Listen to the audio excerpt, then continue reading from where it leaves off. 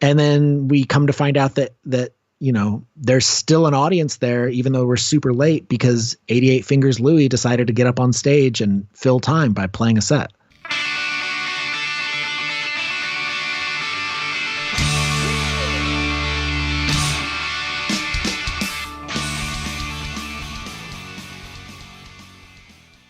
Welcome, everyone, to This Was The Scene, the podcast that takes a look back at the late 90s, early 2000 punk scene. I am your host, Mike Doyle.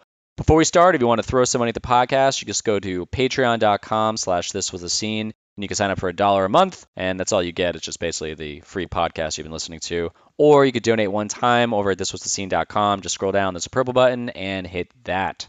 This is episode 150, so thank you to everyone for making this happen since March of 2018 when I started this on a whim, and the first 30 episodes were about just the Jersey punk scene in the late 90s, early 2000s, and then I branched out after that and started talking to bands that influenced us, and producers, and zine writers, and fucking, what else did I do? Roadies, record labels, all that shit. I hope to get through another 150 from this point on, so it's been interesting trying to figure out more people from that time that I want to talk to, and if I really think about it, there's a shit ton. So I'm going to chip through the list and keep it going until I don't.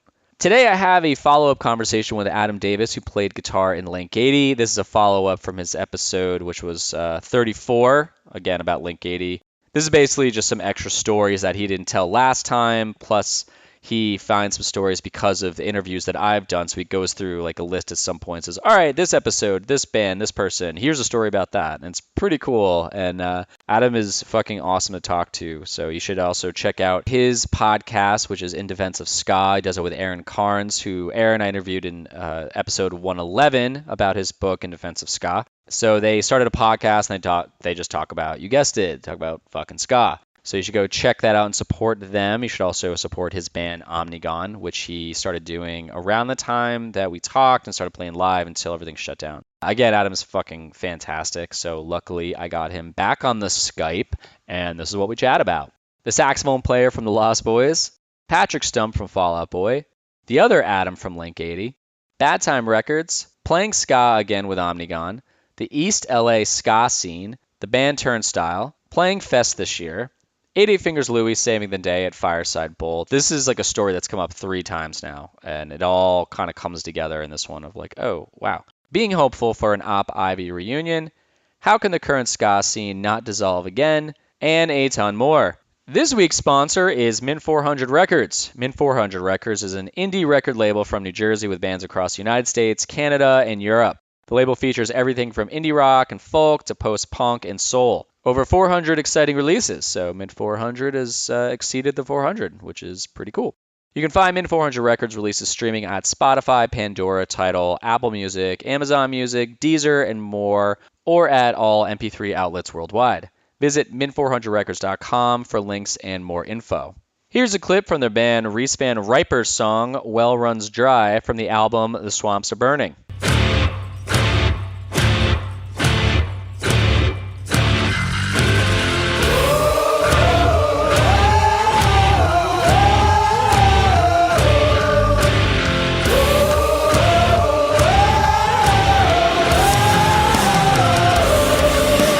Thank you, Neil, for always supporting the podcast. You've done so many times. And if you personally like to support the podcast with a little intro ad, just email me at thiswasthescene@gmail.com. That's all I got to say. Now we're going to jump into it. Feel free to subscribe, leave a review, and share this with anyone who would love some punk rock nostalgia. With that said, let's get started. If it doesn't work, you'll waste a whole goddamn hour. Have you guys had that happen to you at all in your podcast? No. Fingers crossed. We've had a couple like scary moments where things dropped out and then we were able to recover. We use Zencaster to record. How do you like that? I think I like need it. Yeah. It's good. I especially like because a lot of these that I've done, people try to do them on like Zoom. Yeah. And I haven't had the problem, but a lot of people will leave their video on. Oh, I hate and then that.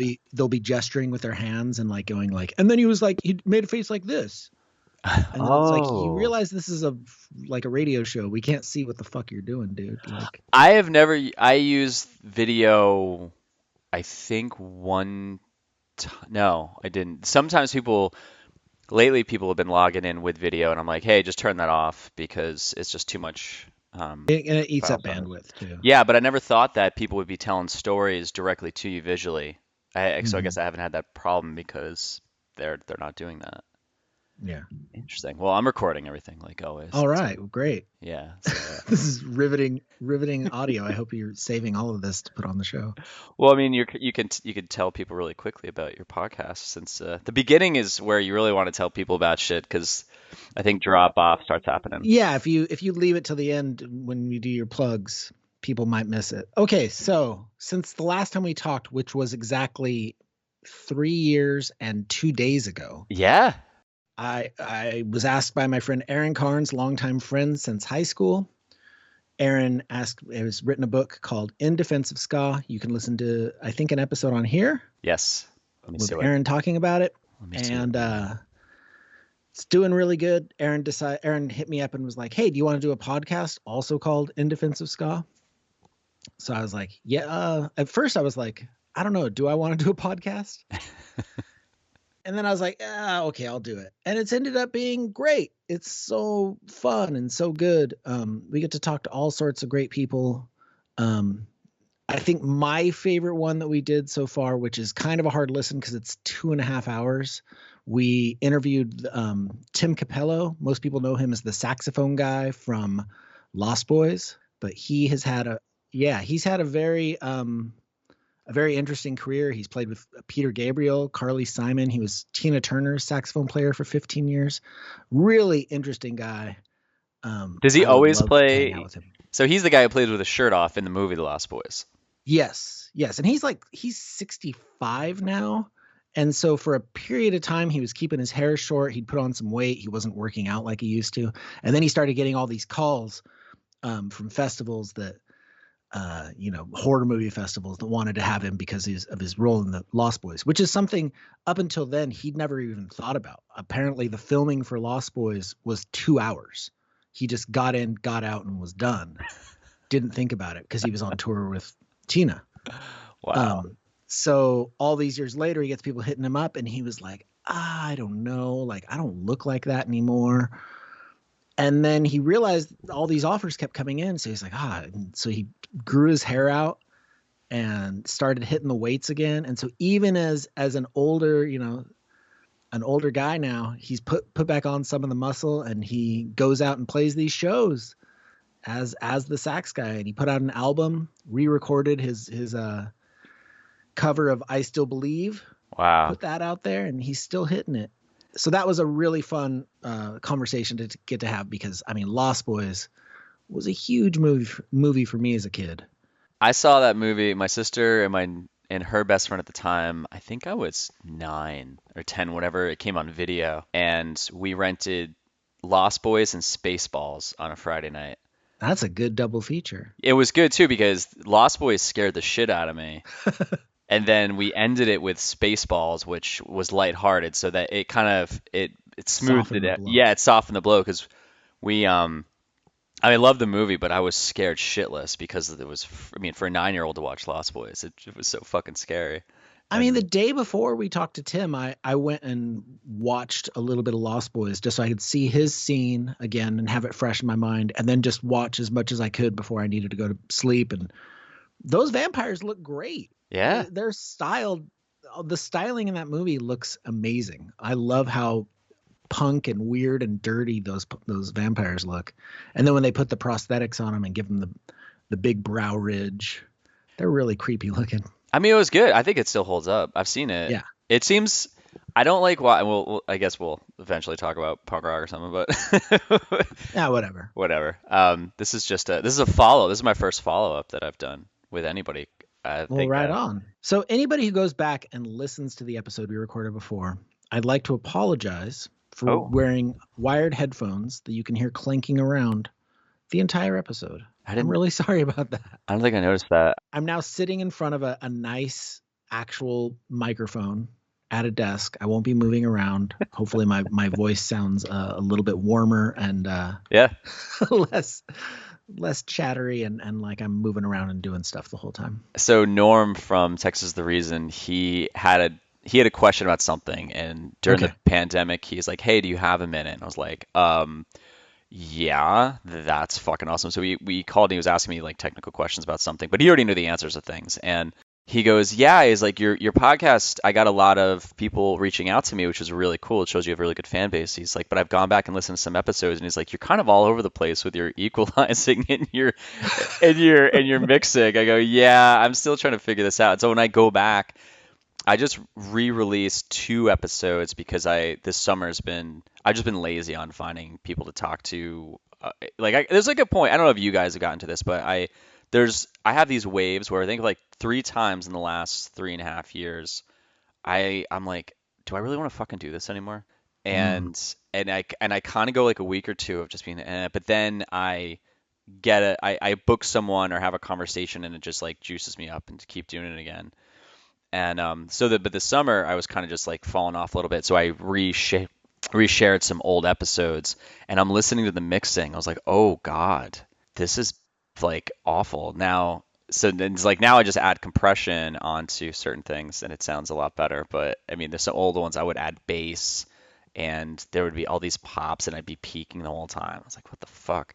Yeah, So Aaron was mixing all our episodes for a while, and it just got to be too much work along with his regular stuff, his journalism. So we hired our friend Chris Reeves, who has a podcast called Ska Punk International, to start editing them for us because it was just too much work, and we're both adults, and it's easy to just pay Chris to do it, and then we don't have to think about it. And also, like Aaron and I are able to hold ourselves accountable to each other because we're going to meet up to do these things. And honestly, we've been like we have such a backlog at this. Like we end up building up a backlog because we'll record like 3 or 4 episodes a week, oh wow, and then have them in the pipeline, and then stuff will get skipped ahead if it needs to match up with somebody's release date. And then the cool thing too is that with the whole concept of In Defense of Ska, it's we do a lot of people from ska bands, but then it's also people who have like tangential connections to ska or people that we just want to talk to. yeah, Um, we had on Patrick Stump from Fall Out Boy, that's cool. huge ska fan. Like Brian Diaz from Edna's Goldfish is their bass tech, and so that was our connection. Brian told us, yeah, Patrick loves Animal Chin, and so we're like, oh, that's rad. And Oh so wow. we're like, I think you'd want to talk to us. And it's like, he hit him up and he's like, immediately said yes. And we're like, okay. And he came on and just like, ska is legitimately his favorite music. Really? He was telling us that he has a folder on his computer of recordings that he's done that he has like songs on songs on songs that are just like instrumental ska songs. And I was like, just put them out. Just Yeah. release them. Put them out under a fake name. Like the world needs that. He's like, oh, I don't know. But it's just so weird to me that this guy who is playing literal stadiums, his favorite music is ska. Incredible. But why would that surprise you though? I guess because you're such a Because diehard for fan. years ska was reviled and seen as this dorky music, and he even cops in the episode that his vocal is just him mimicking 2 singers. It's the singer from Saves the Day and Jamie Wolford of Animal Chin. If you guys should have Jamie on to talk about ML Chin because they just put out. We did. You We did? haven't released it yet, but we've had Jamie on, and the most interesting thing to me about it was that I feel like, and I hope Jamie doesn't mind me saying this, but I feel like Jamie still carries around a lot of ska guilt because we brought up the thing with Patrick being like, how rad is this that this dude who sells millions of albums and plays stadiums like straight up points to you as his like half of his vocal style. And Jamie was like, oh, well, I mean, people have brought this up to me before, and I don't know if they're trying to make me mad. And we're like, whoa, we're not trying to make you mad. Like I think that's a this is something that compliment. you can like hang your hat on. If you were to do nothing else ever, the fact that somebody who has been able to build their whole career, like you're half of their vocal inspiration, that is incredible. That is so great. I Yeah. mean, being able to hear that somebody just even has knowledge of your band or likes your band is so complimentary already. To have somebody that established cop to the fact that you're their touchstone is amazing. Yeah. Especially, I mean, it depends on what people's viewpoint of Fall Out Boy is, but I mean, started in the scene and then became gigantic, and to just still have that connection to the roots like that, and then have him say that it goes all the way back to his singing styles comes from that band. I mean, It's phenomenal. That's such a compliment. The fact that that Fall Out Boy sound checks with Animal Chin songs is mind blowing. Like a band that played, like, probably the biggest room they played was maybe like First Avenue in Minneapolis, but mostly like a band that would play VFW type halls. And now you got a dude sound checking with those songs in a stadium. Well, and they just put the songs on Spotify, a month ago, 3 weeks ago? Yeah. Yeah. And we were badgering Jamie about, when are you going to put All the Kids Agree up? Because that's the good album. I mean, that's the album that's really amazing to me. I think I listened to a couple songs of theirs back then. But then by the time I heard of them, it was just because that's when the Stereo was out, and that's how I heard of them and the Impossibles. But it was because of the Stereo, because my friend had it. So I never got to really listen to Animal Chin until they put it out on Spotify, and I was like, damn, dude. So do you find that? And I want to talk about some extra stories you might have heard, and maybe actually I have a bunch of questions, but I was going to ask you one, but this one just kind of popped in my head first. Did you get was there anything you said in our interview that got you any backlash? No. I went back and listened to it very recently, just so I could be fresh on it. I said that Mike Park paid me $10 a day to stage manage Plea for Peace tour. This is untrue. He paid me $9 a day. It was not $10. I don't know why I kept saying $10. That cheap bastard. It was $9. It's fine. It's fine. Mike's trying to save money. I saw in either the YouTube channel that I have, or I think it might have been there, someone, because you had talked about your second singer who didn't sing. Yeah. And someone said, was that the blah, blah, blah. So they made a comment about it, and that was pretty much it. So I wondered if that ever got back to you from that guy, or someone reaching out to you like, oh my God, I remember that. No, he comes up a lot. I just don't use his name because I don't feel like he's worth mentioning. Mm-hmm. He wasn't part of the 2016 reunion that we did for Link 80. Nobody else in the band talks to him, but I'll see him still online. Like, people will post pictures of him and like put hashtag Link 80, and I'm just like roll my eyes at it because I mean, he was just not good. He was just bad energy, and it's just something I don't want in my life. The crazy thing is I mean, like, I got to see, like, in the time period between when we were able to get vaccinated for COVID and between when the Delta variant happened, Aaron Nagel, our trumpet player, had an art show in Berkeley, right down the street from Gilman, like 2 blocks down. A bunch of us got to go to the show. Aaron just moved up to Portland, so he's no longer in the Bay, and this was kind of our one of our chances to get together and see each other before we all went. And so I got to see a bunch of the dudes, no masks, everybody vaxxed, and I parked right behind Joey, our drummer, and I got out of the car and I hugged him and I told him don't let go. And I mean, I got real emotional about it. Like, wow. I miss those guys a ton. Even dudes like Adam Pereira, who are super hard to get along with. Like, I still think about that guy. I was gonna ask you about that because Adam, he was the bassist, right? Yeah. Yeah, and you had mentioned, because he got kicked out of the band towards the end, right? Because I think you had mentioned something about that, right? Yeah, he got kicked out, and I actually talked to Joe about it kind of recently. Joey and I stayed up real late one night till like the sun came up, just talking about stuff. Joe and Adam had kind of started the band, and Adam was always really, really hard to get along with. And part of his defense whenever he would get in an argument was, well, I started this band, like, you can't get rid of me. And Joey would keep trying to talk him down and be like, you're making everybody upset. You got to calm down. You got to like try to like see things from somebody else's perspective, or they're going to kick you out. And he's like, yeah, whatever, for years.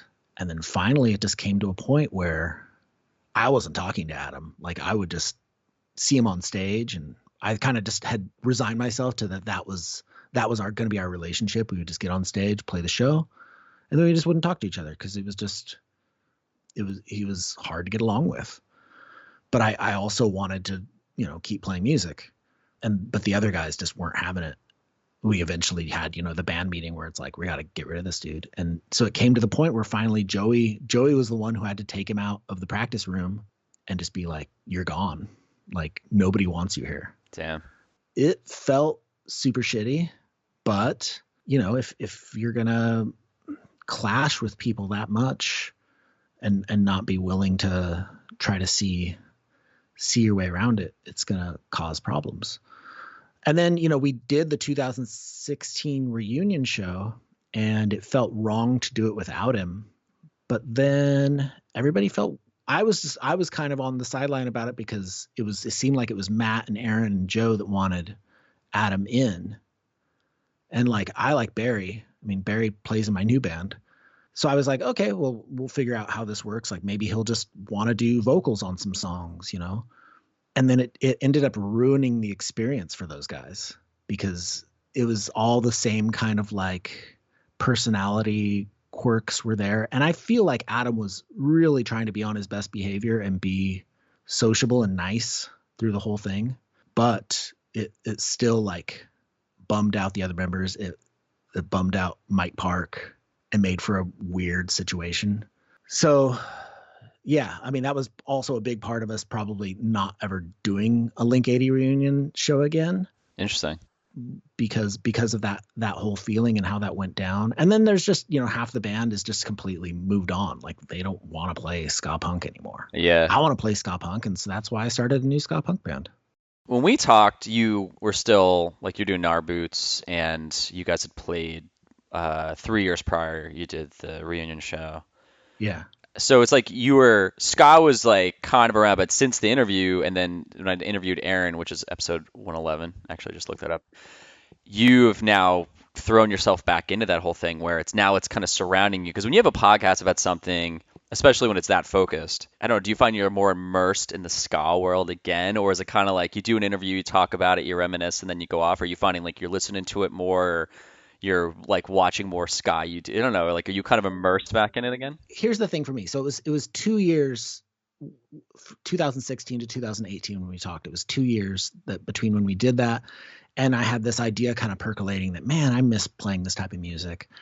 And literally 2 months after we talked, I went into the studio with Barry, who was the last bass player from Link 80, and Ryan Noble, our singer's younger brother, Reese, who's a drummer. And I went ahead and recorded those 3 songs that I was thinking about. Like, I wanted to do a ska punk EP. And I just recorded it, had a friend mix it. Shout out to my friend Jamie from Vantana Row. They mixed it in their van, and we put it up on the internet. And I expected there to be backlash and people to be like, this sucks, ska's dumb, and all that sort of stuff. None of that. Really super positive reaction to it, which was amazing. And then I was like, cool, okay, well, now I have a ska punk project. And so I, started thinking about that, but I'm still just doing my life. So I was at the gym teaching a class, and I saw a guy wearing an Asian Man Records t-shirt. So I went over and said, what's up? And it was Mike Sosinski, who runs Bad Time Records. And so I was like, oh yeah, Asian Man. I was in an Asian Man Records band. And he's like, oh yeah, what band? And I was like, Link 80. And he was like, oh. And I was like, okay, well, see you later, bye. And I like bailed because I was like, oh man, I guess he didn't like Link 80. Maybe he was like an Alkaline Trio fan or something. And turns out he really liked Link 80. He really liked ska. He has a ska label. And it was that he was shocked that there was another person who lived in his little island town that was in a ska band. Because he thought he was like, the only ska person on the island. So then a couple months later, I booked some studio time, District Recorders, the studio that Mike Park is partnered with in San Jose, and just booked some time with a bunch of friends, went in there and recorded a bunch of songs. Brent from We Are the Union flew up for it. Justin Amons, who played in Kitty Cat Fan Club and Obakubo Station, played drums on some songs. Barry played on it. Aaron Carnes played drums on a couple songs, which was great. And so I just had this collection of songs, and Brent texted me like 2 days later, was like, "What are you gonna do with all these songs?" I was like, "I don't know, just put them out online, whatever." He's like, "Why don't you ask Mike if he'll put it out on Bad Time?" And I was like, "Really? You think he'd want to do that?" And on the other side, Brent's texting Mike going, "Hey, Adam just recorded all these ska punk songs. Do you want to put it out?" And he was like, "Would he want to do that?" So we got together and talked about it. And, before we even played a show, we released an album. Our first show was our album release show. And I was, because I'd been thinking, it took me a couple of years, but I was like, I really want to do this, but how do I do it? And I kind of figured out how to do it without having to commit to the band lifestyle again of like living in a van and living off $5 a day and grinding it out. I was able to kind of leverage some of the stuff that I'd done years before to make it happen. And so I got back into it, and it just turns out that I put it out at a time when there's other ska bands that had been percolating all through the 2010s. They were grinding it out while I was at home being a stay-home dad. And so now we've come to this nexus where there's bands like We're the Union and Catbite and Kill Lincoln and Bad Operation and Stuck Lucky and Still Alive and Dissidente and all these bands coming together under the Bad Time Records roster. And it's kind of just bubbled up to the surface where these bands are getting recognition. These bands are playing great shows, and it all kind of started to happen. And then COVID hit.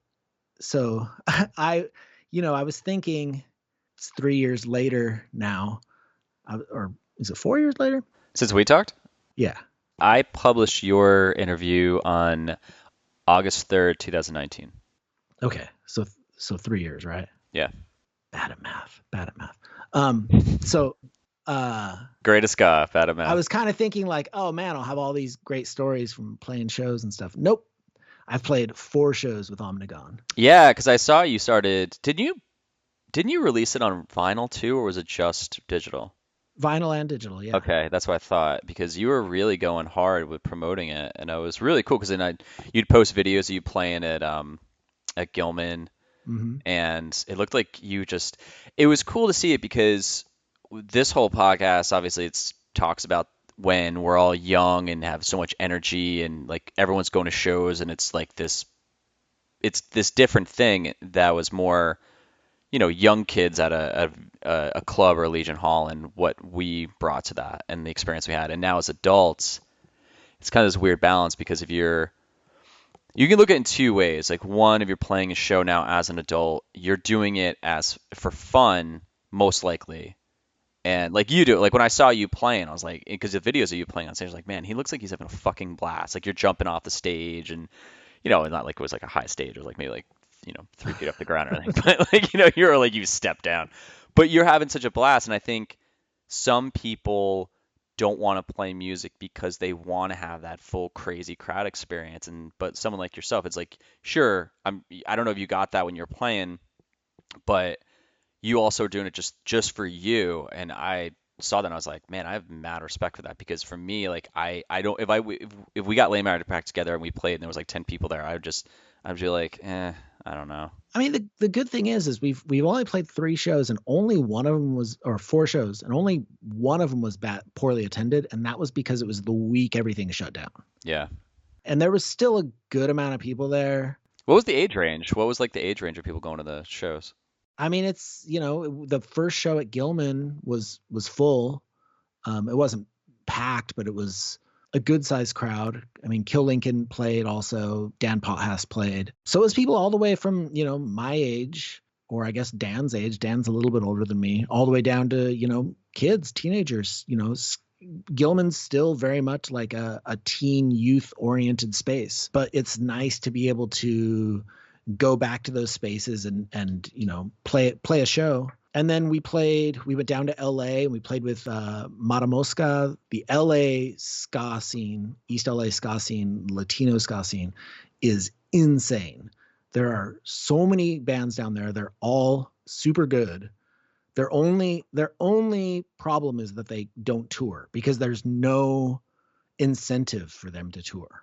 They can play a show down there and sell it out and make a bunch of money and have a great time and then go home and sleep in their own bed. That kind of seems like better. Yeah, so like there's very little incentive for those bands to move outside of their scene, but they're all great bands and they should all start trying to push a little ways out of their scene because I think they would find a wider audience, but they're going to have to realize that, coming up to Northern California or, out to the East Coast or something, there's going to be a little bit of a drop off as far as the number of people that are going to come see them and the amount of money they can make.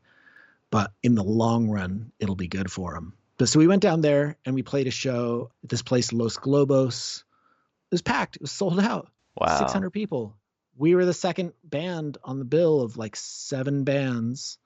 The craziest part of the show to me was that at 1 a.m. when the show finished, they were playing ska over the PA and kids were still dancing to the PA.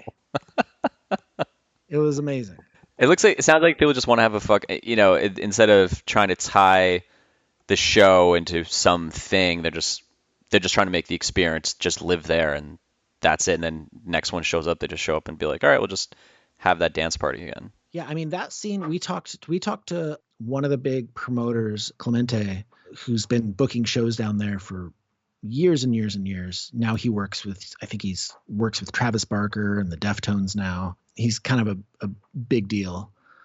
But hearing about, that they basically just went from, playing house shows and booking shows in backyards, which still happens down there.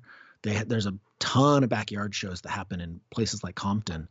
They eventually, were trying to book their bands at larger spaces like House of Blues. And they were getting told, no, nobody wants rock in Espanol. And they're like, dude, our band is exactly the same as these other bands. Like we play the same type of music as a band like Real Big Fish or, but we just sing in Spanish. And that little like 2-inch high hurdle, the promoters felt like people couldn't get over. So they would just start renting out their own spaces and packing them out and making a bunch of money. And then then people would come sniffing around being like, oh yeah, well, I guess maybe you can book our room. And they'd be like, yeah, now you know what's up. Damn. It's funny that the whole thing's focused on just saying the scene, what really was back then. But the more I'm watching, like, especially now where bands really not aggressively, that sounds stupid. Like they're really posting a lot of video content of them getting back on the road and playing. These are like non-ska bands, right? But I think it still all meshes together.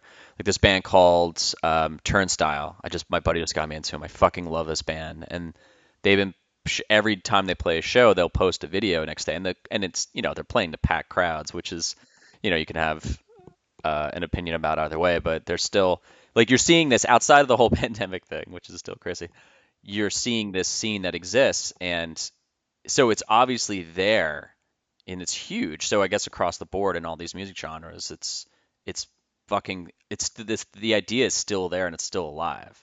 Yeah. I mean, I think the biggest hurdle between what's happening now and what's happening then is just age. Yeah. Punk rock and live music is always going to be a youth culture movement. And if you come into it as like an old crusty dude who's set in your ways and can't evolve and can't use your mind to like progress past whatever biases and weirdness you held on to from 20, 30 years ago, that's why old dudes aren't really welcome at shows. If you can come in there and keep that same energy and keep your awareness of the world around you. I mean, I'm 44 now, but I feel younger than I have in the last 20 years, partly because I feel like I try to stay physically active. I try to stay mentally active. I try to challenge my own preconceived notions of what the world is. I listen to new music, like the new Turnstile record, which is phenomenal. phenomenal. Yeah, they're So good. so fucking Speaking of good. Turnstile, did you hear what happened in Santa Cruz? No. Somebody shit their pants in the pit. What? Someone shit their Were pants. they that excited or? I don't know. Nobody knows who it was, but I saw it blowing up on Twitter yesterday. Somebody shit their pants at the Turnstile show. Jesus Christ. Yeah. Oh my How God. hard would you have to be moshing to shit your pants? I mean, I just don't understand how that would happen. I mean, you know it's coming. Your stomach, it's not like your stomach starts gurgling at one point and then it just happens. Like, there's a lead up there where someone's looking at the pit being like, all right, I know something's about to go down, but I really like this song. And I I don't want mean, to miss this I remember opportunity. I went and saw Refused at Great American Music Hall in the before times, and it was great because that place has a really low stage, so it felt like a punk show, and it was great. And I had to take a shit, and I went and used the toilet, and the floor was all flooded and gross in the bathroom. But I was like, and I could hear them playing. They're playing New Noise, the encore, and I was in there shitting. And then my friend Brandon, who used to play in the band Scattered Fall, he was waiting.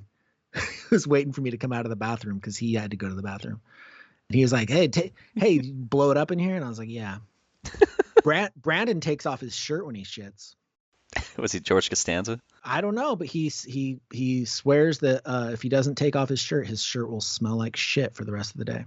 I've never thought about that. And I don't think I'm blowing up his spot saying this because I've seen him post about it online. So That's okay. You should give his last name and his address so people can people can talk to him. I think I like about Turnstile, besides making people shit their pants, is I think the last record they put out in 2018, which is the one my buddy sent me, John Price, my good buddy from back in the day, he sent it to me, and it reminded me of Snapcase. yeah, Like without all the jazzy stuff that they throw in, which is super cool, but his voice and that style. Like, so when I hear that, when I heard them, there's this thing that ignited in me. I was like, I like that feeling of what I felt when I was younger listening to a band for the first time. right. Yeah, I'd actually been listening to Snapcase recently because I'd just been thinking about those songs a lot, Yeah. and you go back and listen to those songs and they're dope, like, and they definitely hold like a certain time period.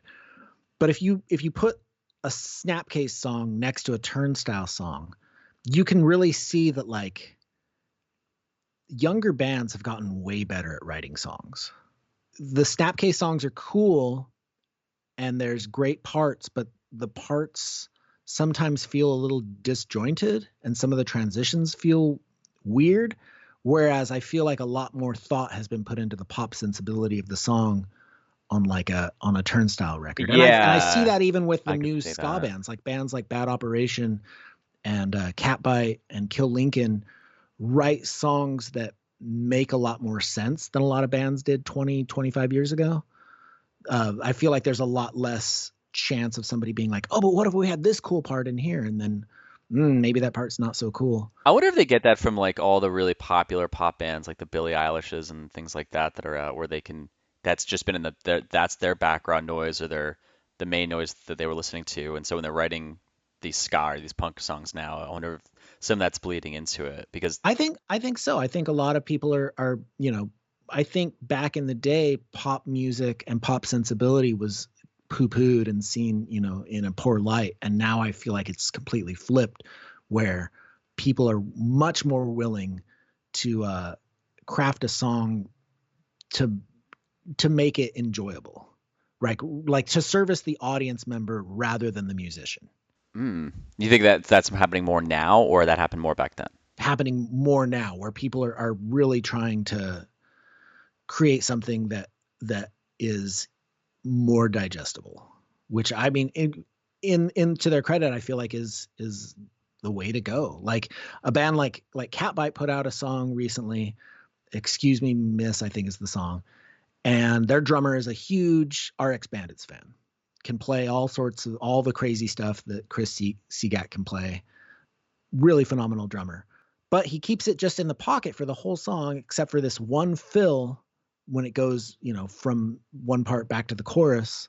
He does like a crazy fill, and that's his like drum flex for the song.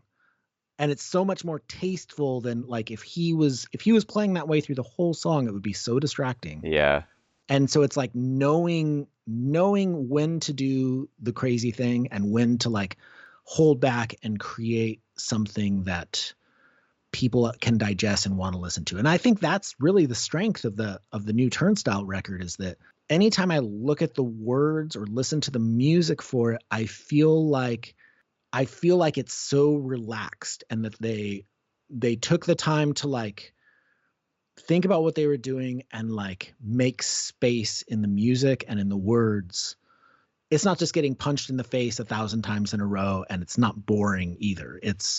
It lands in that nice middle zone where it's very nice to listen to the entire record, and it never feels exhausting, and it never feels like they're doing too much. That's a good point. I mean, the thing that I do like about the other record that they put out, I gotta find the name of that. I don't want to keep saying that without knowing the name of it. It's the one with the yellow fucking artwork. Is it Time and Space, I think? Yeah, Time and Space.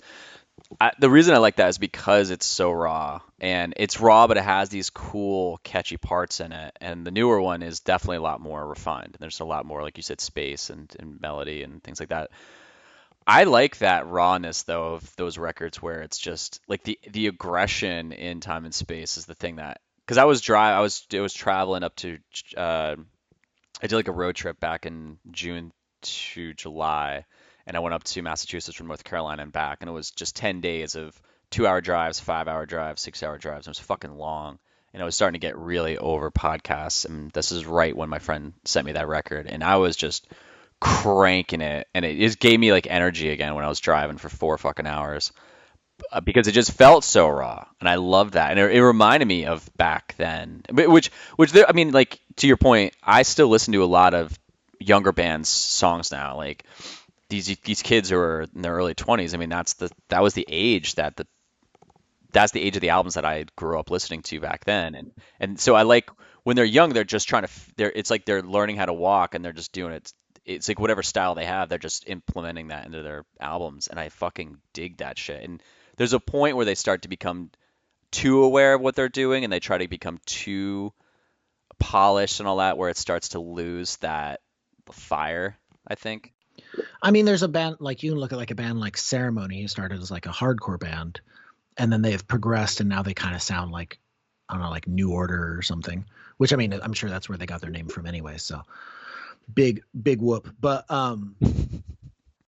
yeah, I mean, it's like I said before, punk rock is always going to be a youth scene. It's always going to be the young bands that are trying to do new stuff. And the funny thing is that sound that you're talking about, that 20-year ago aggression, still exists now, but it's only coming from 20-year-olds usually. And I don't know why. I think a big part of it is just you have all that energy of youth. A lot of older bands just either want to try different things, or they just don't have that energy to do it. You outgrow it, man. The funny thing is it's been, what's that? You outgrow it. It's like if you go back in history and just lead up till now, it's always the same thing. The younger you are, the more pissed you are. The older you get, the more time you've had to live about things, and your viewpoint can skew a bit. And you can get pissed at things, but you also kind of think about it a little bit longer than just reacting when you're younger. There was a big, like right when people could get vaccinated, there was a big free hardcore show in San Jose, California, and a bunch of like kind of bands that are known in the scene, but bands that probably nobody's really heard of played. And I think somewhere between 1,500 and 2,000 kids rolled out to this big outdoor show. It looked, I mean, from looking at it on Instagram and whatever, it looked fun to me.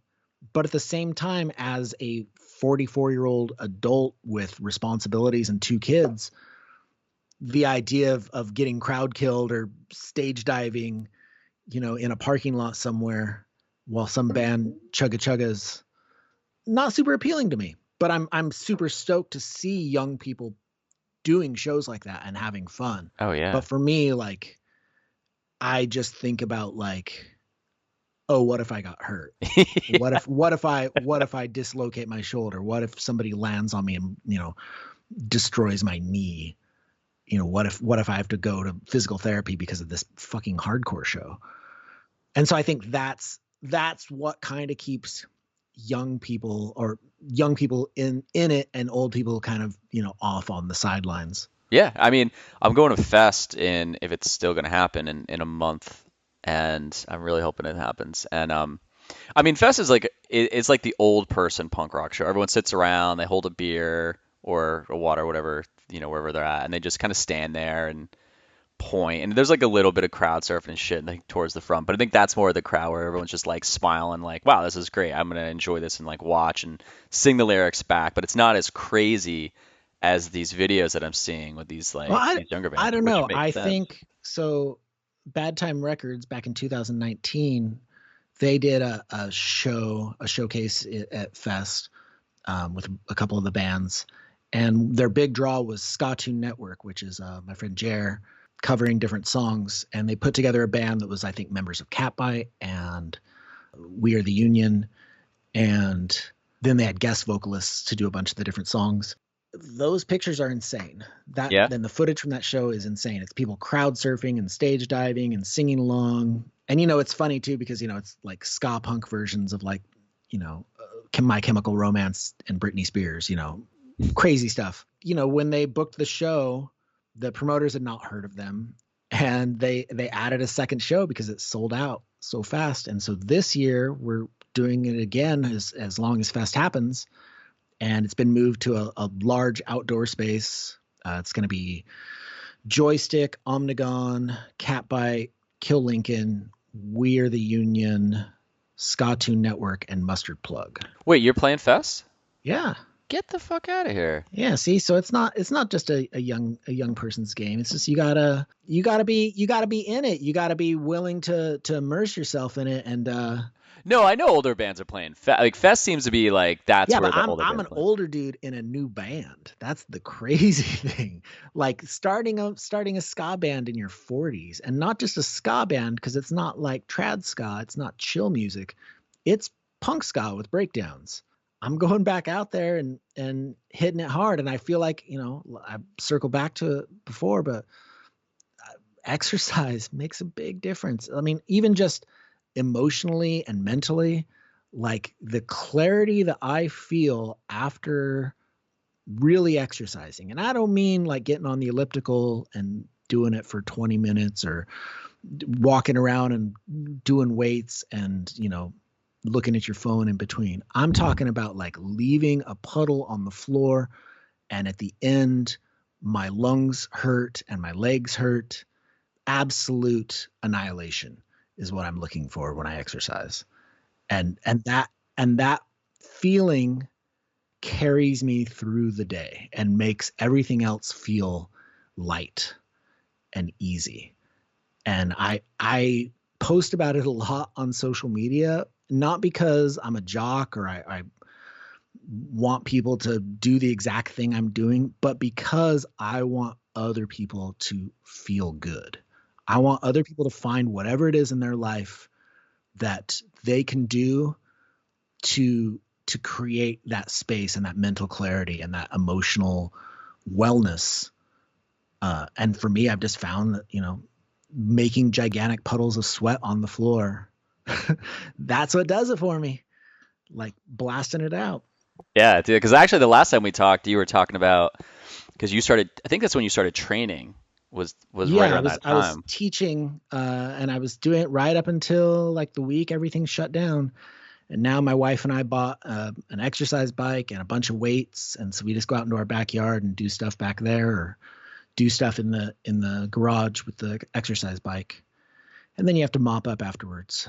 Yeah. But it's hard because I got everything that I like to do in my life, whether it's music or exercise, I like doing it with other people. A lot of people are introverts. I'm very much an extrovert. I like to be around people.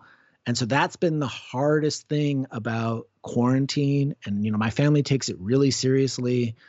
We get our kids tested once a week. We don't really go out and socialize. There was weeks on end where we weren't leaving the house. We were just getting food. We were getting our groceries delivered. We weren't eating out at all. So it was hard.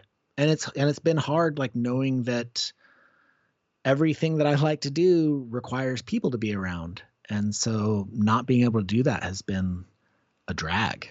Not being able to play shows and not being able to exercise with other people, because as hard as I'll try to go by myself, I won't work out as hard as when there's another person here. Brent from We Are the Union was in town house sitting for Mike from Bad Time.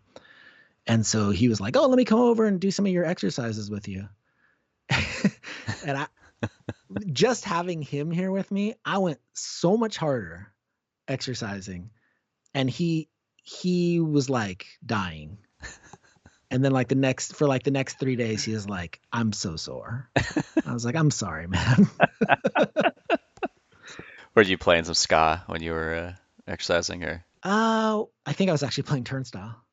Both Brent and Mike keep telling me that I need to make like a ska workout video to put on YouTube and just use like the Bad Time Records band. And so I've actually been thinking about it. Oh, you should totally do that, dude. That is a great fucking idea. Yeah. So I'll probably try to make like a 30-minute workout routine with a bunch of Bad Time Records music on it. You should totally do that. I think that would do really well. Yeah. You would hit me up, I think like a year ago, and you said, "Hey, let's do like a follow-up," because I think you had some stories, or there were certain things you were like you wanted to talk about. I don't know if you remember any of that. I mean, the one thing I'll say is just I really enjoy this podcast. I love going through and hearing stories from different people that I knew back in the day. Let me look really quick here. So the one that really jumped out to me was you had on one of the dudes from 88 Fingers Louie. Yeah, Dennis From 88 Fingers Louie, and they told the story of one of my first tours with Link 80. We were struggling to get to the Fireside Bowl in Chicago through the snow, and we were getting there late, and we loaded in, and the whole audience, as we were like, we all come crashing through the door, like all holding cases and like looking out of sorts, and the whole audience turns and applauds because we're there. And then we come to find out that there's still an audience there, even though we're super late, because 88 Fingers Louie decided to get up on stage and fill time by playing a set. There's so much stuff about these interviews that I keep forgetting. But when I talked to Josh from Humble Beginnings, it was like episode 4. There's a story where I'm talking to him. Do you remember Humble Beginnings? They were from Jersey. Yes. Okay. So I'm talking to Josh because what got us to go on tour, we wanted to go on tour, but Humble had just gotten back from tour, and he told this story. He was at the Fireside and they had just played, and he goes, "I'm sitting there and I'm talking to Dennis from 88 Fingers, and they had just broken up, or it's been a while." And Dennis was like, "Hey man, hold on. I'm going to go do something." And he got up on stage and they played a set. And Josh was like, and the way Josh tells the story is so hilarious because he's so just like jumpy. And to this day, he's still like that. And he's like, oh my God, Dennis is just fucking on stage right there at 88 Fingers Louie just fucking playing a song. It's crazy. So they just randomly got up and played, I think, or he told the story too in his interview, what happened there. We are just wrapped up a practice in this is in the pager days, and one of us got a page from Brian or Dave, who were the two guys that booked at the Fireside, and they said, "Hey, we got a headlining band running late tonight. Any chance you guys can come down and play a couple songs as a surprise?" And we're like, "Yeah, sure. What's the name of the band?" And it was Link 80. Oh, wow. So it kind of worked out because we went up there and said we're Link 88, and we just went into 3 songs or whatever. Yeah, that's the show. I mean, everybody was completely floored that this band who, everybody liked, that had just broken up. They were all there, and they're just like, "Oh yeah, let's just get up and play. It'll fill time." And it completely saved the show, because if they hadn't done that, the last band would have played, everybody would have looked around, and they would have gone home. And we would have pulled into this venue that was empty, and we would have been screwed. And that sort of solidarity and that sort of like thinking on their feet of being like, "Oh, let's just get up and play," completely saved the night for us. That's wild. And after a full day of like driving through, a bunch of California boys wearing hoodies. Yeah. Like that's the heaviest article of clothing we brought to keep warm because we're all dumb. showing up to a venue and everybody's still there, even though we're hours late, and we played a great show. And big, shout out to 88 Fingers Louie for, having the wherewithal to like be like, oh, we should get up and play. That's crazy. I mean, hopefully somebody will hear this and they'll have a band that, maybe is popular enough, or maybe your band broke up and maybe you're at a show and all four of however many of you are there. You guys just look around and go, oh, let's just get up and play. Maybe you'll end up making the night for somebody. And that's the other thing too, I'd like to say. If anybody out there has a band and your band's doing okay, don't break up your band. There's no reason to break up your band. If you need to take a break, take a break. Take a couple months. Don't break up your band. It's the stupidest thing to do. I agree with that completely. There's no reason to ever stop. If you still like all the other people in that band, even if you are annoyed with them, like there's never a reason to stop. Well, you can pause. Put it on the shelf. Yeah, you can put it on the shelf, and you can take it back down in a couple of years if you're ready to. Oh, I totally agree with that. I think it's for all the bands that have gotten back together years later. I mean, it makes sense when bands hate each other, but you're right. There's never a point where there's so many reunion shows that we did at the end. I was like, this is the last time we're doing this, and then 5 years later, I was like, all right, that seems kind of cool. Like, let's do that again. Until you're like fucking dead. I mean, there's really, or you can't physically. I was talking to Sean from Lamar the other day, and he always wants to play a show, and I'm like, I was like, dude, I just don't want to fucking do it. I was like, I don't know, the last show was too good. And then we put out Stories of the Big Screen on I Surrender Records, which is Rob Hitt from Midtown's label, and I was on their website a couple weeks ago, and I hit him up. I was like, yo, dude, we don't even have like a Lamar photo up on your website. And he's like, oh shit, send us a photo. So I did, and it's like Chris singing to the crowd from our show in 2018, and I put a Lamar logo. He's like, oh, it's cool. So then I found it on the website, and I posted a photo of it, and it's us next to Midtown. And I just clicked to me. I was like, oh my God, I know it'll never happen. I was like, but how cool would it be to play a fucking show with Midtown? Even because especially going back to all the interviews when I talked to Rob and Heath and like told them how much I was just so jealous of them back then and how to do that. And I posted it and I did like a poll. I'd be like, what do you think? So I don't know if it'll happen, but you never know, because like a week, like 3 days later, I'm talking to Sean, being like, I don't know, dude, I don't really want to play. And then one thing like that triggered me, going, oh, I would totally do that. So it's like you'd fuck yourself over if you're so adamant against doing something and you say it out loud, like our band's never back together again playing. It's like you never know what's gonna spark within a second of you going, oh, that would be so cool. And like one of the through lines with our with our podcast, we had Laura Jane Grace on from Against Me.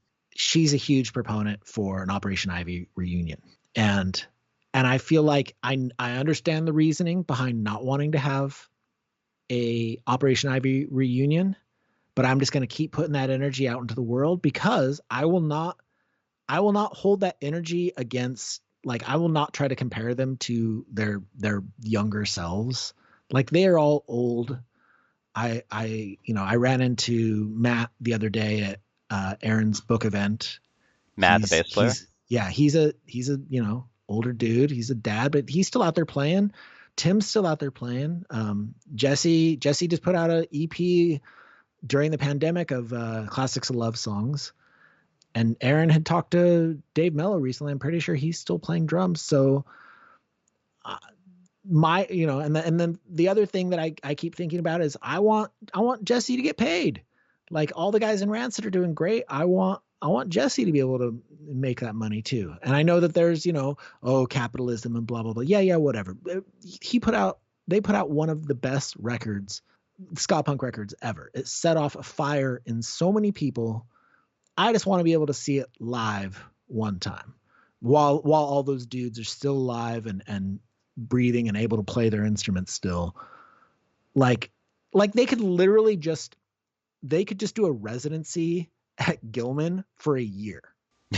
They could just play every day for a year at Gilman, and it would sell out every single show. I think they'd have to play at Gilman, and I think the festival that would handle that one would be like Riot Fest. As I understand it, Riot Fest contacts them every year saying, like, do you want to do it? I bet they'll do it.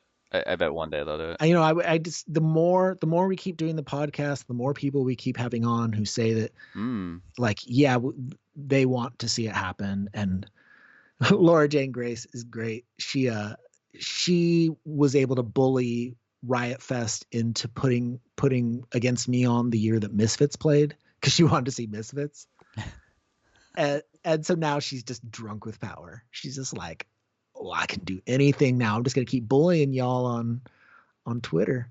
Hopefully it happens. I think if Jawbreaker did it and then Avail did it, I mean, it just, you never know, man. I mean, I think that would be insane that would be crazy. I mean, Nirvana ostensibly did it at St. Vitus. Like they played like the Rock and Roll Hall of Fame thing, and then they went there and played with like, I think they had like Jay Mascis fill in on guitar. I think that's something like Joan Jett sang a set or songs. Is that when they had and I think they had St. Vincent and Kim Gordon, I think, did a song. Yeah. I mean, if Nirvana can do a reunion, come on, give me Mile 5 reunion. I want it. I don't know, man. It seems like your mission statement with or a mission that you could do, especially with the podcast, because you have that many people listening, and you never know where it starts spreading around. When there's more of like a buzz too, there's that one. All it is that one thing that just clicks in somebody to go, hey, let's do this shit. So the funny thing to me when I saw Matt at Aaron's book event, it was at 1234 Go Records in Oakland. And everybody was still wearing masks. We were all able to be vaccinated, but it was a lot of our first time being out in public. For a lot of us, it was our first time. So we were all still masked, and we were in the back parking lot space. And I saw Matt walk up, and I knew it was him immediately. And nobody else seemed to notice that he was there, but I gave him like a little head nod. And then there was a Q&A during Aaron's book event where somebody brought up Operation Ivy. Of course. And I look over and Matt's sitting there. I'm just like, he's here. And then he was holding one of the Bad Time Records releases, The Shape of Ska Punk to Come, like a compilation that they put out. And I was just like, I felt so bad punishing Matt Freeman, but I just went over and was like, Matt, can I take your picture with that record? And he's like, nah, man, I don't like doing that stuff. This is my kid's record anyways. And it turns out Matt Freeman's son was at the event. That was the reason Matt was there, because Matt Freeman's son likes ska and is into Bad Time Records. I'm hoping that kid starts a band. I'm putting that energy out into the world. Start a band, buddy. I want to see your band. Do you find and I actually, real quick, have you listened to Tranny, Laura Jane Grace's book? Oh, yeah. I listened to that like the fourth time when I was on my trip. It's so great. It's really, really good. And the really interesting thing to me about that book is that I know half the people in that book, like, because I had just like, in the time frame that the book happens, it happens right after the first Plea for Peace tour, which had Alkaline Trio with Heather Honora and later Heather Gable. Yeah. And the Lawrence Arms with Brendan Kelly. And so, and Honor System with Nolan. Oh yeah, when he starts shitting on Nolan, I'm laughing because like, which is so funny because I've only ever had great interactions with Nolan, but the thing that I've always thought about is that while you might see yourself as a good guy or the hero in the story, you're always going to be the villain to somebody else. Yeah. And so to see Laura having such issue with Nolan was really funny to me. And then just also, the tension between the Alkaline Trio camp and the Against Me camp because of the relationship with Heather. I mean, the last time I saw Heather, I actually went to see Heather's new band, Hyde, but the show was running so late. I went home before they even played. And I didn't want to I was only going to say hi after the set because I didn't want to make Heather feel like she had to talk to me the whole time. So I was waiting and all these other bands were playing, and it got to be 12:30 and there was still another band before her band.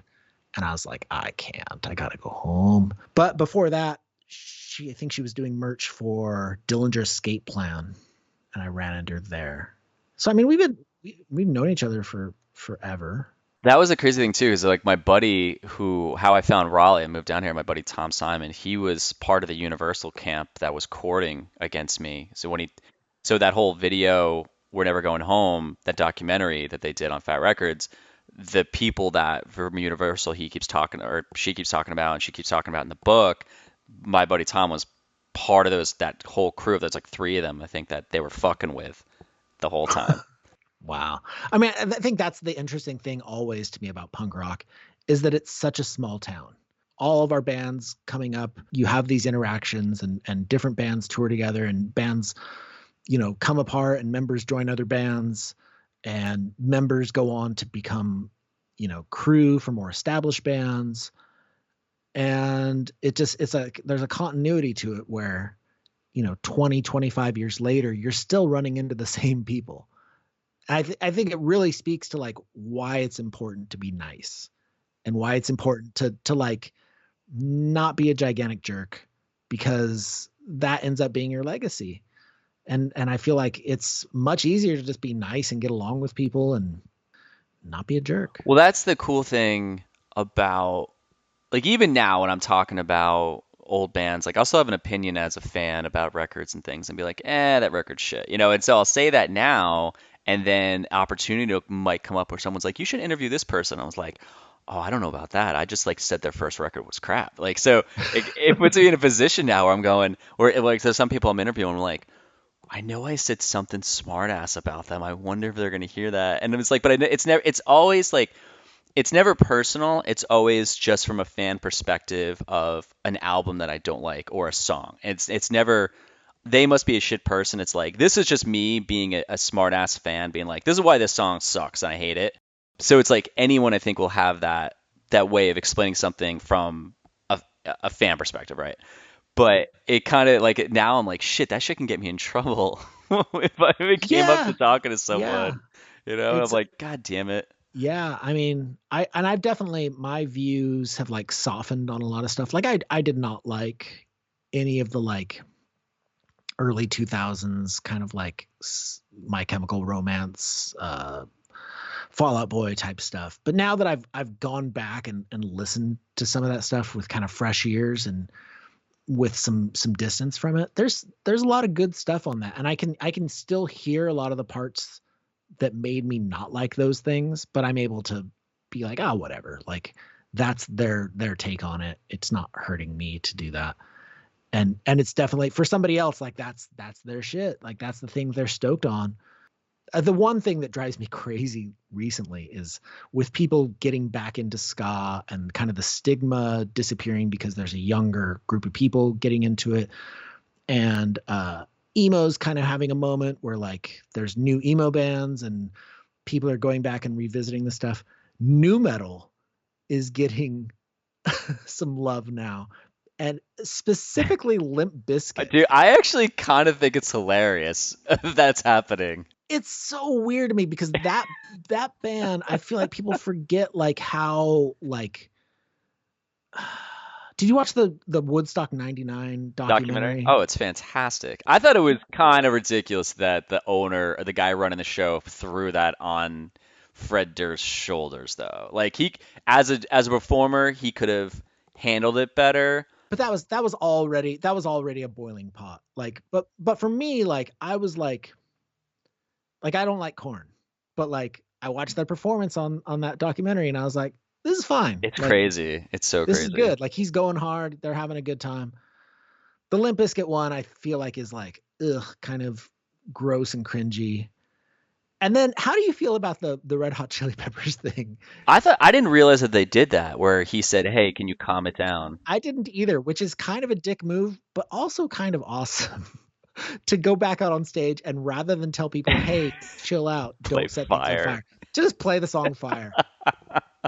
I see that documentary as, I was talking to someone about this 2 days ago, actually. We were out drinking, and I said, we were talking about that documentary, and I said, the thing that I am aware of now is when I was younger, if something was put in front of me that was a documentary about something, I would see it from the perspective of the documentary, of what their lens is and what they're trying to say, and say, yeah, I agree with that. And when I watched that, there was a lot of parts where I'm going, I think a lot of this is a little skewed to their viewpoint was that it was an awful event and everything went wrong and a lot of shit went wrong. I mean, I think the whole thing was put together and the way it was set up was shitty.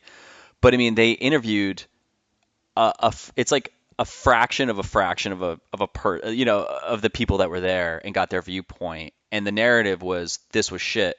But there was like so many fucking people there that, and you're like, but, and the one guy in the thing goes, I don't understand why people weren't leaving.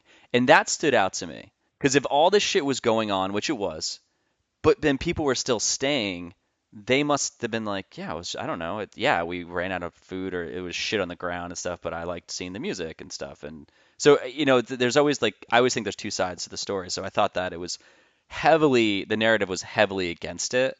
And I thought some of the things people were saying was just fucking stupid. I was like, fucking relax. That promoter though, straight up, I'll call him out. He's a piece of shit. Oh, he made himself look like an asshole. Oh, these women are walking around half naked, so they deserve it. Oh yeah, that was bad. That was like really I straight bad. up just said "fuck you" out loud to the screen while I was watching the show. I was just like, what a fucking piece of shit. Yeah, that guy did not say anything to make him look good at any point of that interview. I was like, I don't even understand why he said yes, because everything he said was just awful.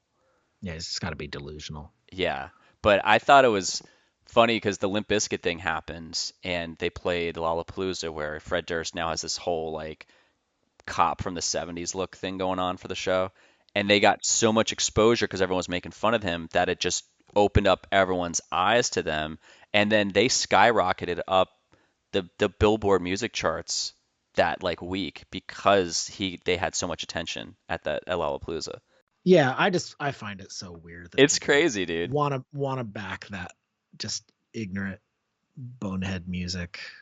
I don't know. Like it just feels like everybody feels like it's like open season on nostalgia, and I feel like people think that that's what the current ska thing is about, but it's way more about the new bands that are putting out music and the new blood.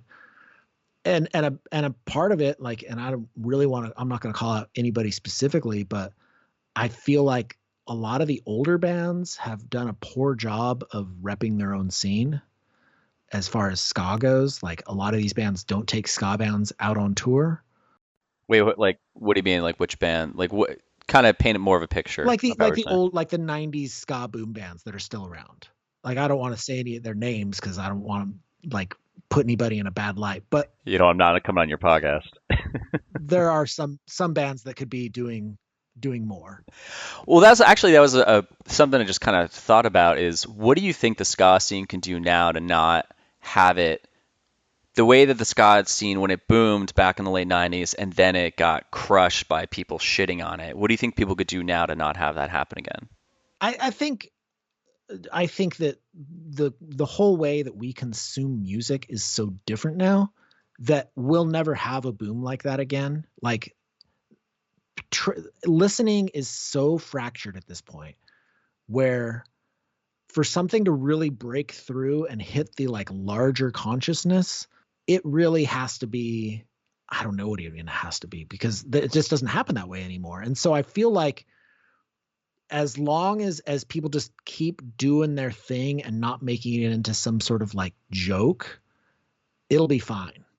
Because like the big downfall back in the day was the things like MTV's Scotter Day special that they ran, where they showed a lot of great ska music videos, but then the in-between bits were Carson Daly in a suit trying to look like a rude boy and people skanking weirdly in the background. And like half the people are like actual ska fans and the other half are like, I don't know, weird teenagers that are like doing the twist instead. And then just, using ska, using like not even ska, but like hokey third wave ska in like every commercial that was on TV. And that's the thing too, is like I said before, we don't consume media in the same way. I can't tell you the last time I watched a TV show that had commercials. Like that just doesn't happen anymore. You pay a subscription to Netflix or Hulu or whatever, and that's where you watch your shows. And so anytime I do see a commercial, it feels so odd, so weird.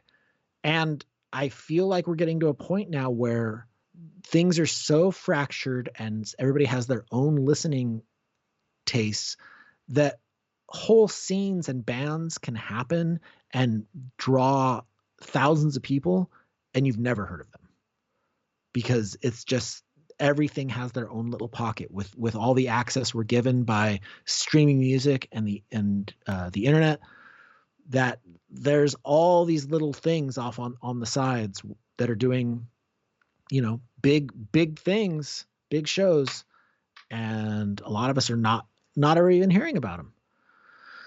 So I think with the way current ska bands are treating themselves and writing their songs and putting that image out there, that I don't think we're going to run into the same problem as we did with, bands coming off as cheesy or contrived because they're trying, you've got a band that, started as one thing and then they try to jump on a trend to, catch it before it goes out of style.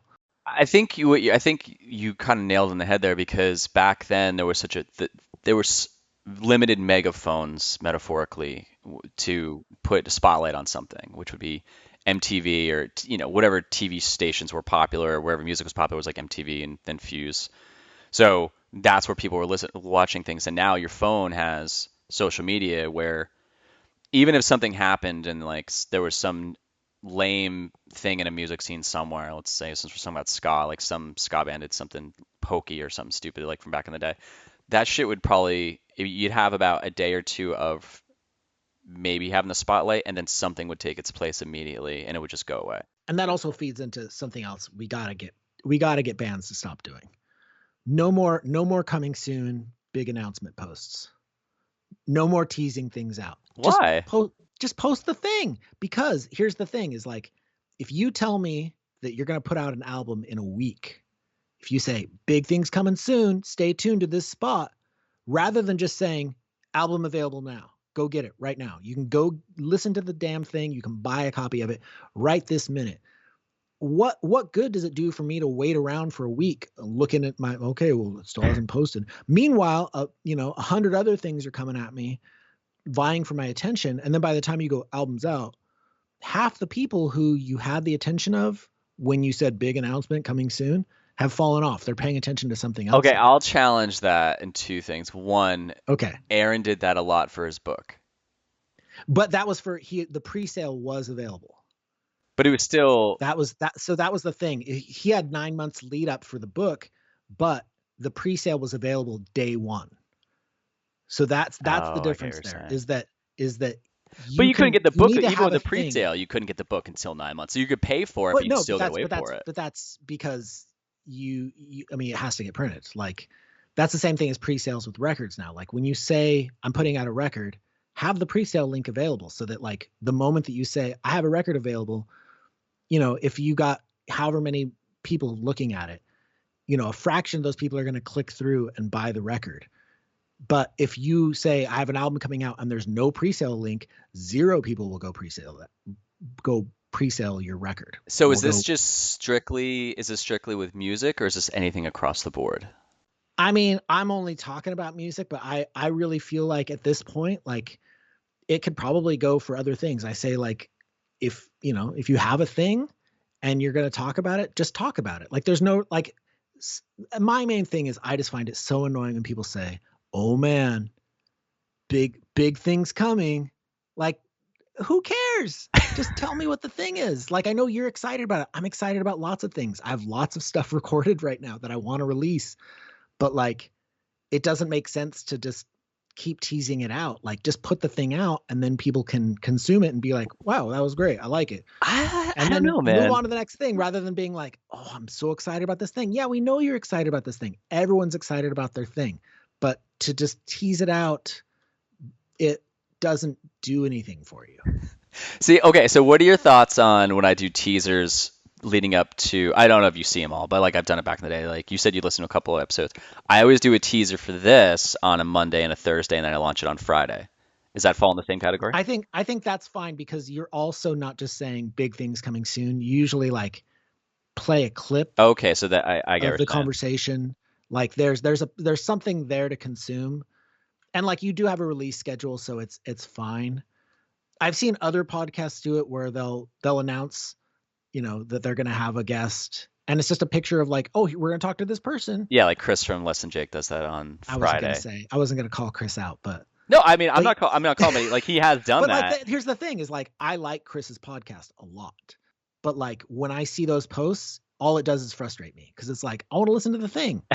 If you just tell me about it the day that it's out, because I will go listen to it the day that it's out. Well, it seems like it's not frustrating. I think the teasing factor, because it's coming from a place of I really want to hear this. Stop keeping this from me. That seems more positive than stop being an asshole and making us care about your podcast. Like there's two different ways that can be construed. Yeah, it's not that you're not trying saying. to say I don't care about anybody's thing. It's saying that I just want to point that out that you're not saying that. It's saying that if you have a thing and you want somebody to appreciate it and enjoy it and consume it or purchase it, however you want to look at it, like have the thing ready, have the thing in hand. Because if you tell me, oh, chocolate chip cookies, oh, I want one. Cool. They'll be done in 3 weeks. What? I don't want a cookie in 3 weeks. I want a cookie now. And here's the thing is if somebody else has cookies, I'm going to go get their cookies. And then maybe I'm not hungry for your cookies in 3 weeks. So and here's the thing too is if and we can look at it from a pre-order perspective. I'm going to make these cookies. Oh, okay, cool. Can I oh, and you can order them and I'll bring them to you in 3 weeks. All right, I guess I'll have cookies in 3 weeks. Like that's fine, but I want to be able to like support the art that I like now, like in the moment. Like I don't want to think about supporting the art in a week. Like okay. I want to do it for you right now when you have my attention, because maybe in a week I'm distracted. Maybe there's something else happening. Maybe something else comes down the pipeline. No more. And it's fine to promote yourself. But you want a sample of it though. You also, there's a sample of it. It's fine. And that's great too. Like if you have an album coming out in 3 weeks, have a single ready. Have the single ready to go. Have a video for the single. Like have a place where I can pre-order the album right then. Like how Every Time I Die just did that with their music video. Well, they've been holding on to their record for over a year from what Double J told me. Which band is this? Every Time I Die. Did you ever listen to them? Yeah. That record's been sitting on hold for over a year because everything's shut down. Yeah. And here's the thing too, is like, do you see the video where one of them was in the pit at Rancid? No. Like that's the content you should be posting. That's like that's rather than a big announcement coming soon thing, just post other stuff. Like one of the members of Every Time I Die was in the pit at Rancid and just took video from inside the pit. And it's the best looking footage because it's like you're in the pit. It's so fun. I'm like Googling this. And like I hadn't thought about Every Time I Die in a minute, but then, Rancid reposted it. And I was like, oh shit, that's cool. Like, I like looking at this. That's cool as fuck. Yeah, no, I get exactly what you're saying. And I just want to see people try to be a little bit more creative we constantly all day are looking at our phones now. We're constantly glued to whatever media we're taking in. And it's a constant stream and a barrage. And so you just gotta make things that are more interesting and engaging and aren't just big announcement coming soon. Yeah, no, I agree with you. Did you hear the interview with I talked about this the other day with, I forget what interview I was doing, but with Brendan and Chris on Chris's podcast about like the Lawrence Arms song, and then Chris is reading the lyrics, and it's hilarious because Brendan's like, he's like, I'm just here to listen to you like read the lyrics, and Chris is reading them. It's so fucking funny. Chris's podcast is so great. If nobody's heard it, if you need another podcast to put in your ears, Krista Makes a Podcast is awesome. It's so fun. Okay, so I have my phone open. I'm scrolling through the episodes between when we talked last and when we're talking now, and I'm just gonna fire off some things really quick. Okay, Digger was the band that I always felt bad for. Whenever things were going bad for us, I feel like they were going worse for Digger. Like what? In what way? They had somebody die. Oh, that was in the beginning. That was Phil. He had a heroin overdose. And then I just felt like their van was always breaking down. Shout out to Digger. Great guys. Whenever they show up to shows, Yeah. I'd always just feel like, damn, guys, are you okay? I feel like they just couldn't really catch a wave. They got it with power bait and it was going in a direction, and then it just like it couldn't. I felt like a lot of hopeless bands back then. There was this hopeless hope, but wow, that's weird. But there was like a hope of these bands like Digger or God, I can't even think of like the bands back then. And I've interviewed a couple of them, but like I feel like it was just, yeah, it's that band, and then the more albums they put out, you were just kind of like, you'd see less and less of a crowd, and you're thinking, what the fuck? It just started going in an opposite direction. Hot Water Music. I saw them play on tour with AFI, Indecision, Sick of It All on a day off, and their gear kept breaking. Really? And it soured me on that band for years. And I would just like to say, make sure you change your strings before a show, because you never know who's watching you and how they're gonna feel coming away from that show. And they're a great band, but fuck, it like bums you out to like first impression, see a band and they spend half their set changing strings. So real like, quick, just on that note, that same point, when I talk about this a lot, like Jimmy Eat World, and we saw them and they were late when they played with the Promise Ring. That soured me against them until we went back and saw them without the drive-in, and they fucking kicked fucking ass. So yeah, that's so funny that we saw them on that same tour. Without the drive-in? Yeah. Oh god, they were so good. I missed At the Drive-In. Wow, they were just unfucking believable. That's something I've been bummed about for a really long time. Seeing At the Drive-In now is nothing like that's coked out at the drive-in late 90s. Yeah. Discount. Who was their singer? Allison. She actually went on. She has a new band now, or a band that she's in that's very fucking popular, and I cannot think of the name. We were in the Gypsy Hill neighborhood, which Big D has an album about. We were waiting for our van to come around after having breakfast, and she walked by, and she was living in that neighborhood at the time, and she recognized us because we'd played with Discount on tour at one point. Oh shit! She was like, "Oh hey, Link 80 guys." Brian Moss of the Wonder Years. Love him. So good. Shout out to Brian. He's a brand new dad.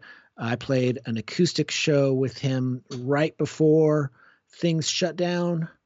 At a nice little cozy coffee shop. I always punish Brian with the story of when Flat Planet played with the Independents at Berkeley Square, and Joey Ramone was there. He was managing the Independents at the time, so that was weird. Got to see Joey Ramone. Brian Moss, it was a Halloween show, and Brian Moss was dressed as Gwen Stefani. Okay. That's the story. He was dressed as Gwen Stefani. Okay. Josh from Big Wig. We played with Big Wig in Montreal. Different and had Josh. our van broken into. Different What's Josh. That? Oh, different Josh. Okay, well, whatever. Josh. This is still a good Big Wig story.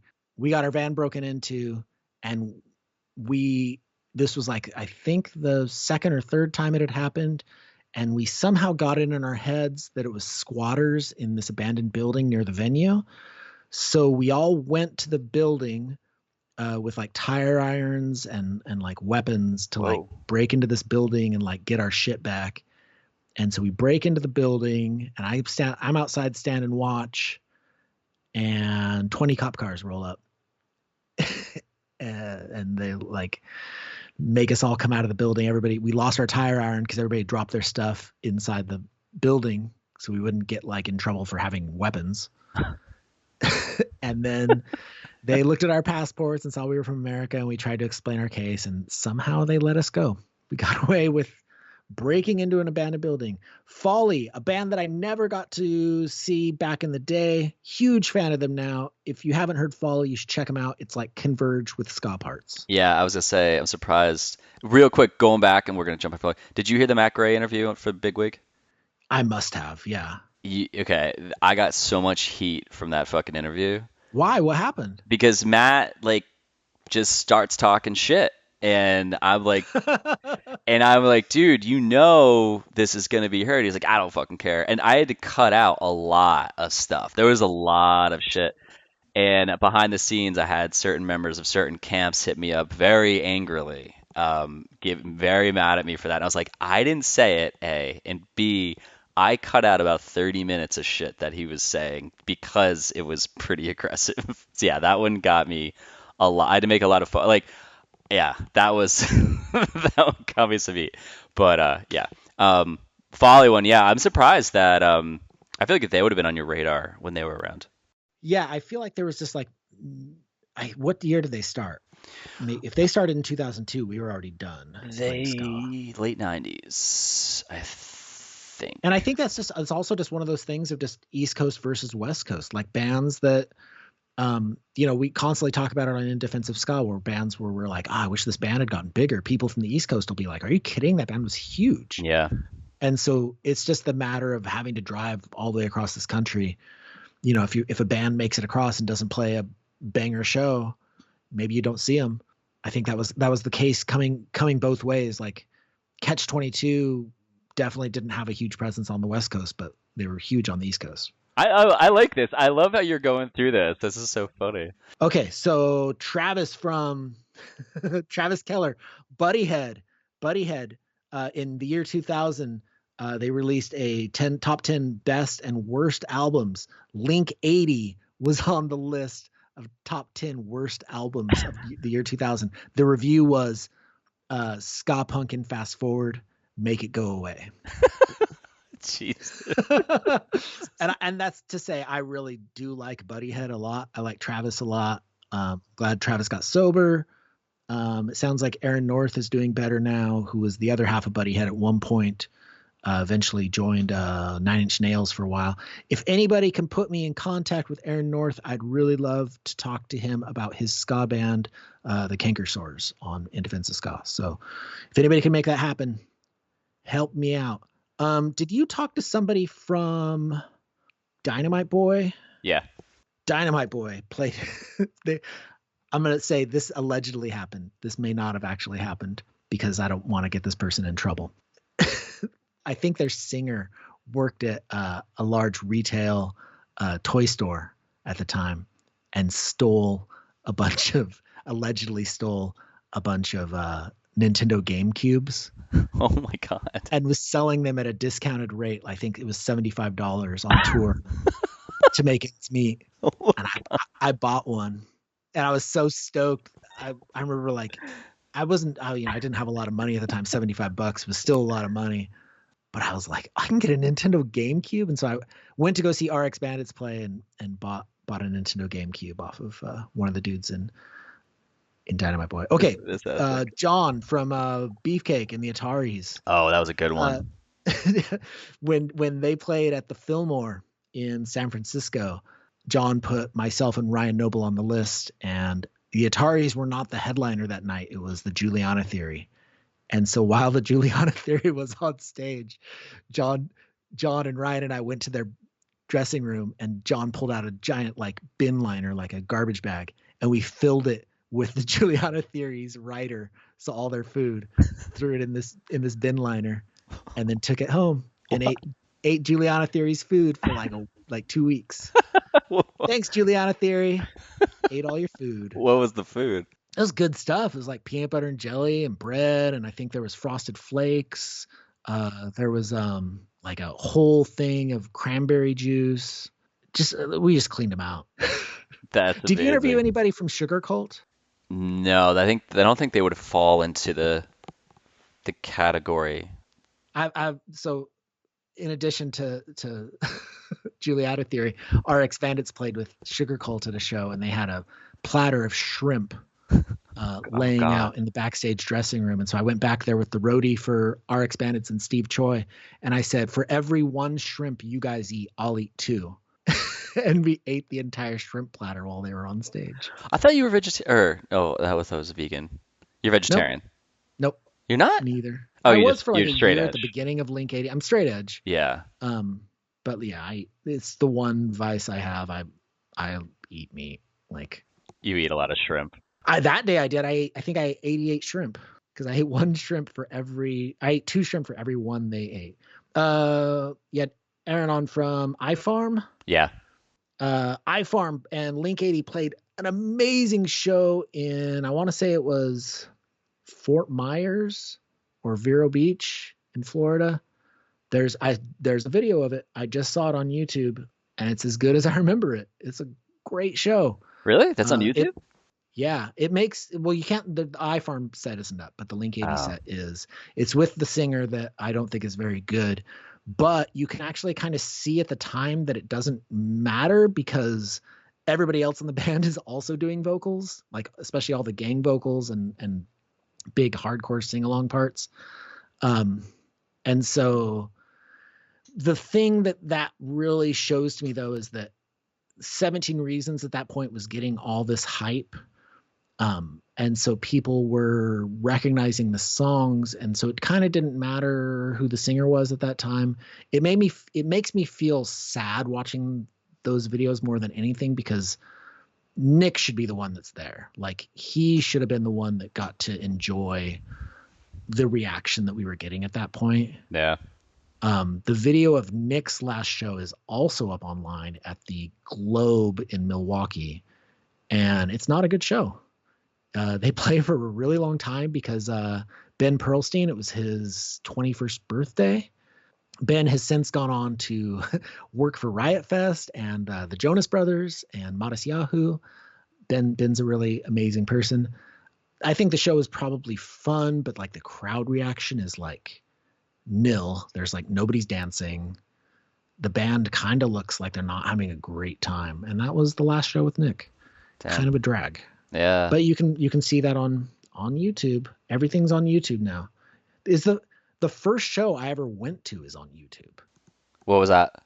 It was The Cure, July 4th, 1992, and the entire show is up on YouTube. It's weird. It's like having somebody put a camera inside your brain. Yeah.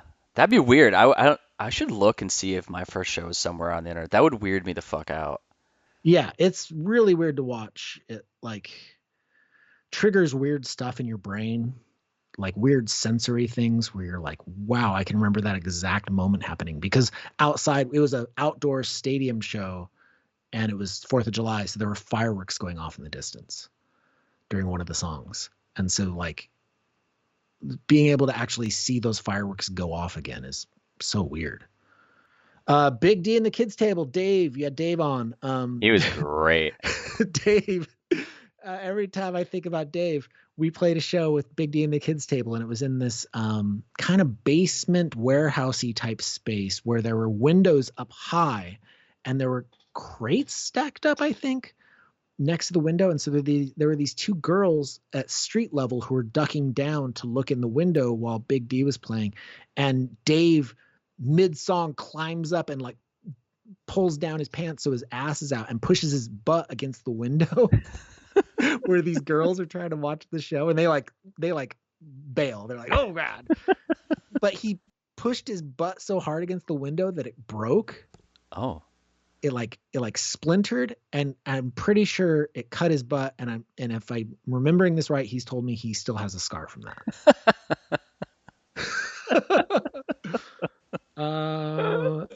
Let's see. You had Jamie and Rory from the Stereo on. Great interview. Love those guys to death. We'll hopefully get Rory on In Defense of Ska really soon. The main thing I remember about the only time seeing the Stereo with both of them in the band, we were super excited because we were huge fans of the Impossibles, huge fans of Animal Chin. We were playing at Fitzgerald's in Houston, Texas. And we were all super excited to see our homies, and Jamie rolled up on us immediately and was like, Rory's driving me crazy, and just like went off about how much Rory was driving him crazy. So yeah, that whole interview really resonated with me, because I remembered that exact moment of being like, oh man, these poor guys. I love that they had this podcast that they recorded together that they still haven't released because I can't wait to hear I know. that. I'm like, can you guys just fucking put out the Stereo this shit? This is what I'm telling you. Like, don't tell me about the thing, just give me the thing. Yeah, okay. Yeah, I get it. It's like Christmas morning. It's like, oh, Santa's here. It's like, well, you better show the fuck up and give me my gifts. Yeah, what if Santa gets stuck in the chimney, like in Gremlins. Oh, I got to send you a comic that the Oatmeal did about that. It's so great. Okay, Diesel Boy. Yeah, Dave from Diesel Boy on. Yeah. I used to date Liz, who was in a band called Lucky Strike with Mel. Really great kind of pop punk. They never really kind of landed on a thing. They would play hardcore. They would play kind of emo type stuff. They had kind of a rockabilly type song.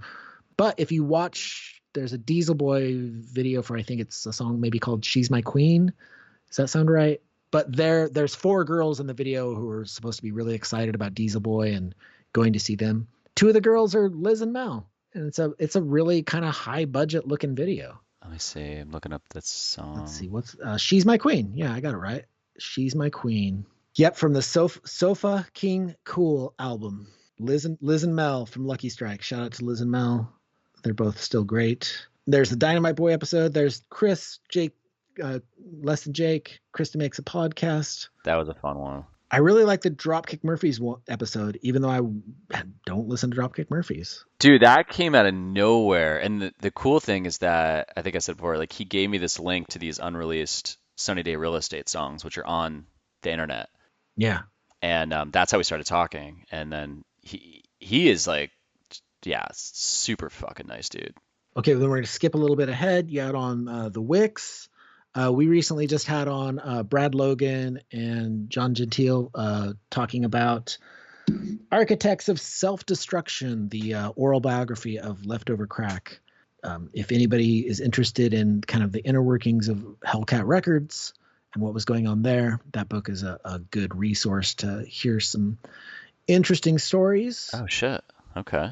Then we have In Defense of Ska, Mr. Aaron Carnes. The first time I met Aaron Carnes was actually in July 4th, 1992 at that Cure show. I was standing in a circle of friends and I looked across and saw this guy and thought he had a big black eye and realized he was a birthmark.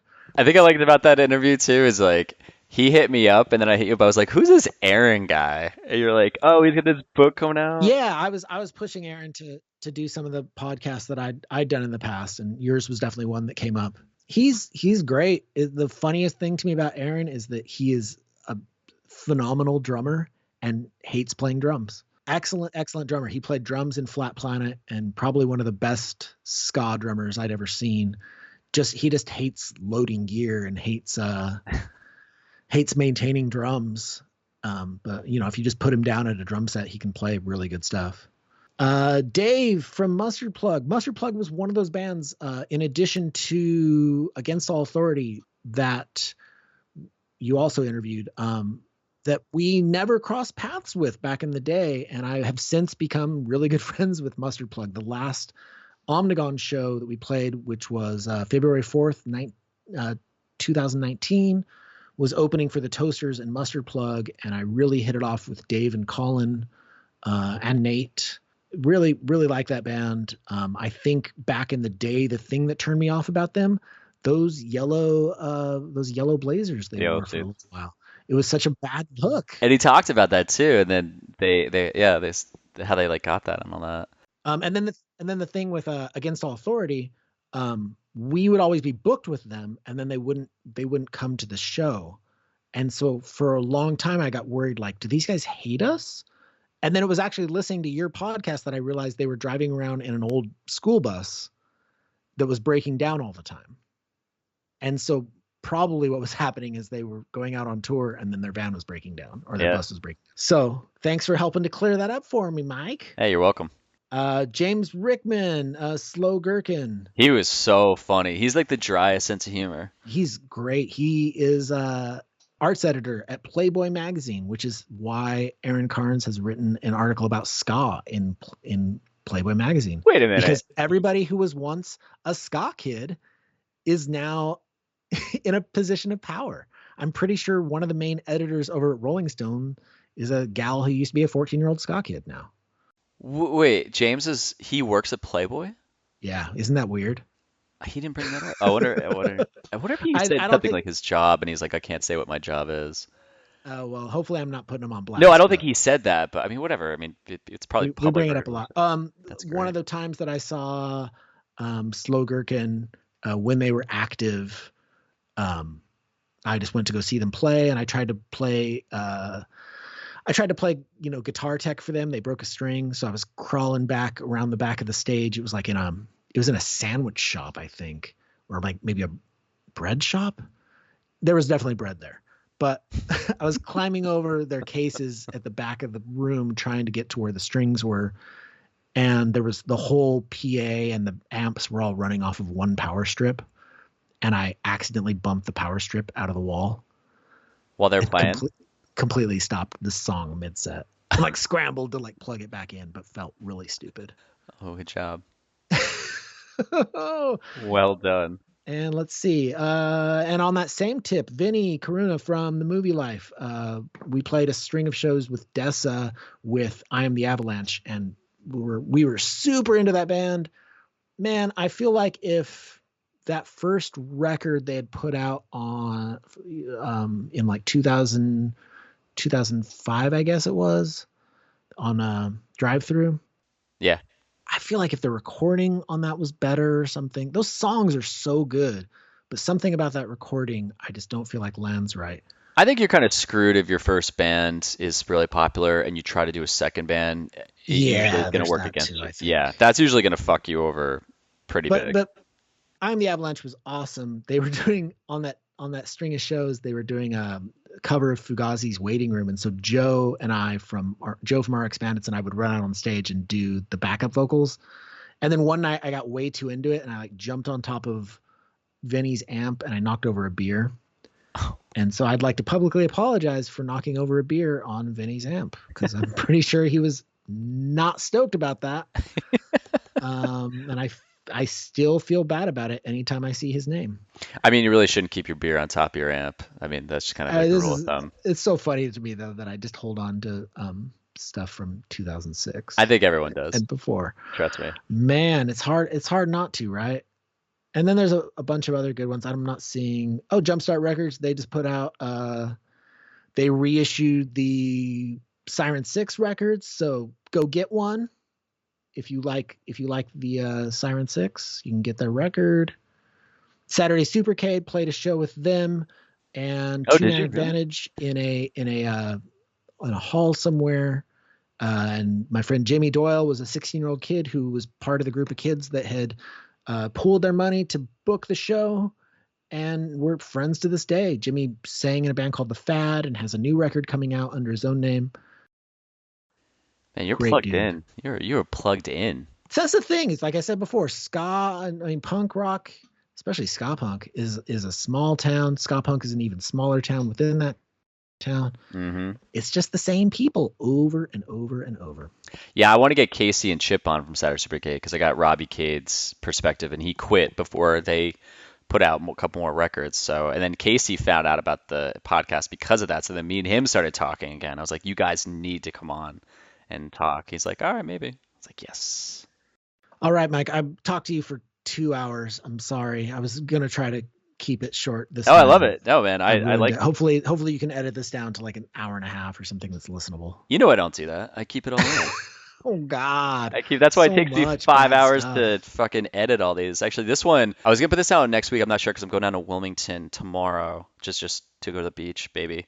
So I may edit this down. But all right. Well, cool, man. So all right. So I don't really know I don't know how to ask my last question, but I mean, let's do the plug thing. Like, what would you want to plug before I figure out a last question?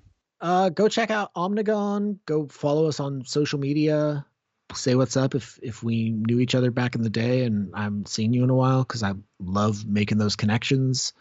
Check out In Defense of Ska, the podcast with Aaron Carnes and I. We talk to all sorts of interesting people. I can go ahead and say it because he's been blasting it all over social media, but we just talked to Max from Eve 6. Yeah. And it was a really fun talk. He's really fun. I've a newfound respect for that band and for him as a person. And they're playing at Fest too. They are playing at Fest, and they just played a show with Mustard Plug. So there's that. What else? And then what? We're gonna talk about scene ethics? Well, same thing. Still straight edge. Okay, so but maybe is anything added to that, or was there a scene ethic that someone else said in an interview that you liked their answer? I don't know.